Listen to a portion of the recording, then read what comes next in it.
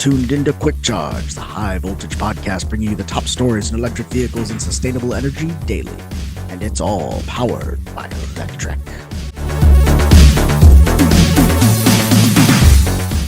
Welcome to Quick Charge. It's March 5th, 2025, and I'm your host, Joe Boris. It's a big day for new car debuts, so we're going to get right to it with the Volvo ES90. This 800-volt beauty is midway between SUV, sedan, and fastback, and it is absolutely gorgeous. The ES90 is Volvo's slipperiest car ever, with a 0.25 drag coefficient, which is impressive for a large sedan, especially one with Volvo badging. That means the ES90 also has amazing range, with Volvo touts at 700 kilometers or about 430 miles in the WLTP cycle, which should be north of 350 miles in EPA rating. The 102 kilowatt hour battery pushes the ES90 quite a bit further than the 310 miles of the boxier EX90. Specs aren't fully revealed yet, but the ones released so far we like. 800-volt architecture means 350 kilowatt charging and going from 10 to 80% charge in about 20 minutes, despite a huge battery. 106 kilowatt hour or 102 kilowatt hour usable battery in all-wheel drive versions, 96 and 92 usable for rear-wheel drive. At WLTP 430 mile range, that means about 300 mile range in 20 minutes of charging or 180 miles in 10 minutes. Again, going over stuff that we've already said. Hardware ready for bi-directional charging, software not ready at launch, but it's there. Core computing system with a dual NVIDIA Drive AGX Orin configuration, 25 high-fidelity speakers from the Bowers & Wilkins developing 1,600 watts, supporting immersive Dolby Atmos audio and a special Abbey Road studio mode. Drag coefficient of 0.25, the best ever in Volvo's history, and a competitive figure for large sedan. Again, recap. Digital Key Plus allows easy access to your car with iPhone, Apple Watch, or Android phone. And as with all new generation SPA2 Volvos, a top speed of 112 miles an hour. This is a really sharp looking hatchback sedan deal. If you look over here on the left, you can see it's got a cavernous opening here with the back seats folded down. This is a sharp looking vehicle. You can see the ADAS radar system here at the top of the roof, but it blends in really nicely. You've got sharp creases, good flowing lines.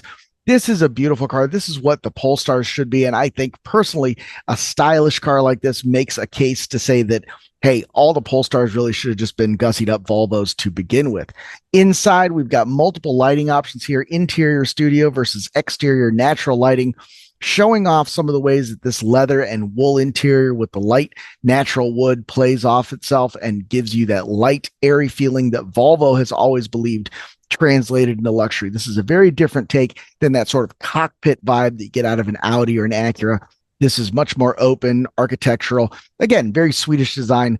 Love it. But there's a lot more new cars out there, including the Volkswagen ID Everyone.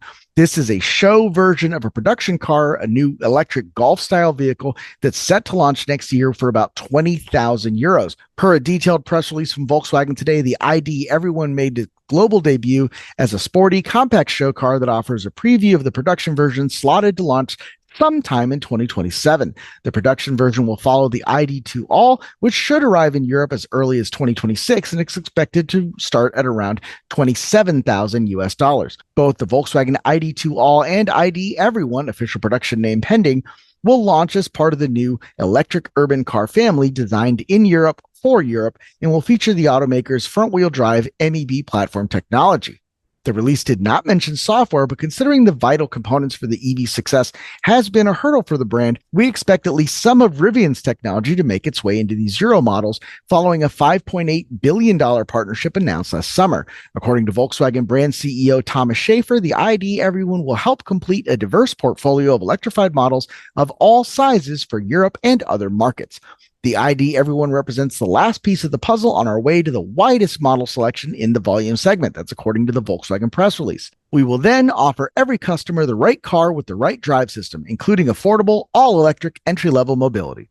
Our goal is to be the world's technologically leading high-volume manufacturer by 2030, and as a brand for everyone, just as you would expect from Volkswagen. Volkswagen shared that the production version of the ID Everyone will be the first model in the entire group lineup to use, quote, a fundamentally new and particularly powerful software architecture. Does it start with an R and end with an Ivian? There's no confirmation here, but that sounds like it. Okay, back to the concept. Here's some brief specs. Top speed of 81 miles an hour, a new front-wheel drive motor that develops 94 horsepower. Current range is 155 miles, offers seating for 4 plus 10 cubic feet of cargo volume. Overall length is just over 152 inches. It is longer than the VW Up, but shorter than the ID2. Looking ahead, Volkswagen said it intends to offer the public a more robust preview of its new electric urban family car, including the ID Everyone and ID2, coming this fall. For now, here's a closer look at the ID Everyone show car. We've got a bunch of specs and video in the show notes. You can go check them out there. I think this is a great car for Europe, just like the Chevy Spark. We do not need 400, 500, 800 horsepower cars driving around US roads.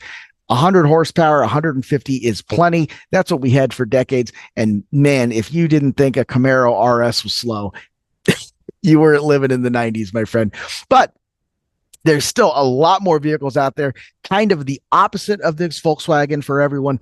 Cadillac's Escalade too small, new, bigger, $133,000 Escalade IQL might be the ticket. This is an incredibly decked out, luxurious EV.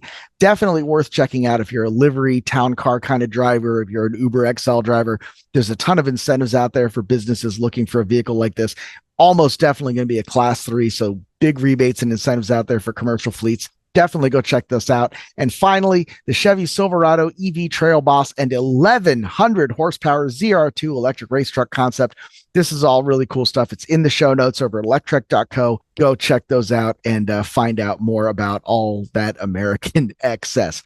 Over in China, this Chinese EV has surpassed Tesla's Model 3 sales, and Model Y may be next. That's according to Fred Lambert. The Tesla Model 3, once the most popular EV in the critical Chinese market, has been quickly surpassed by the Xiaomi SU7. And now they're coming after the Tesla Model Y. Is the mystical prophecy of the Tesla killer finally coming true?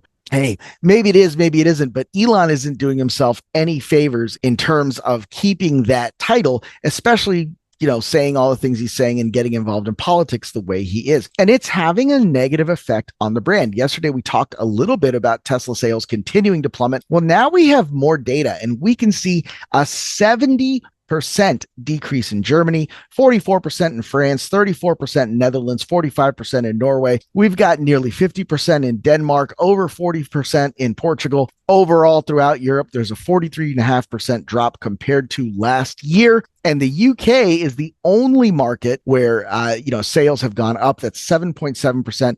Hard to really tell what that's being driven by, but hey, they must like something that he's doing, right?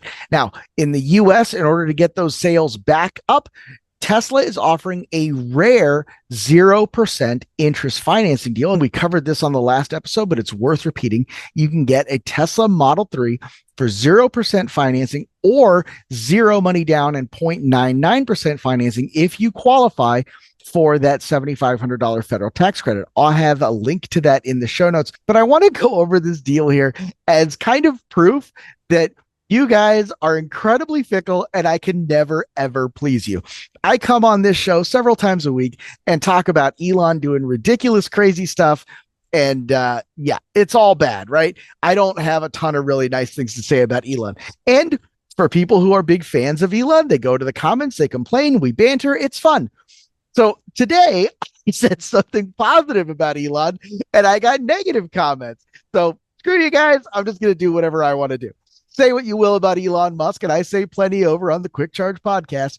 The fact remains that we wouldn't be here talking about EVs at all if it wasn't for his marketing brilliance, bravado, and sheer force of will. Beyond that, Tesla simply offers a superior ownership experience through total software integration, unfettered access to the supercharger network, and the best EV route planning software this side of ChargeWay. If you can stomach being associated with Elon or have an inside line on some spare Honda badges, you can get a new Model 3 for 0% interest or 0.99% with zero down if you apply the $7,500 tax incentives at the point of purchase. I will have a link to that in the show notes, and I'll throw a link to that in the YouTube too. We'll make that one of those affiliate link deals. See if somebody wants to sell you a Tesla. That's all I've got for today, March 5th. It's a crazy day out there. Be sure to like and subscribe and tell me what I got wrong in the comments. And tariffs, chaos, war in Europe, man, just buckle up. It's going to be a wild 2025.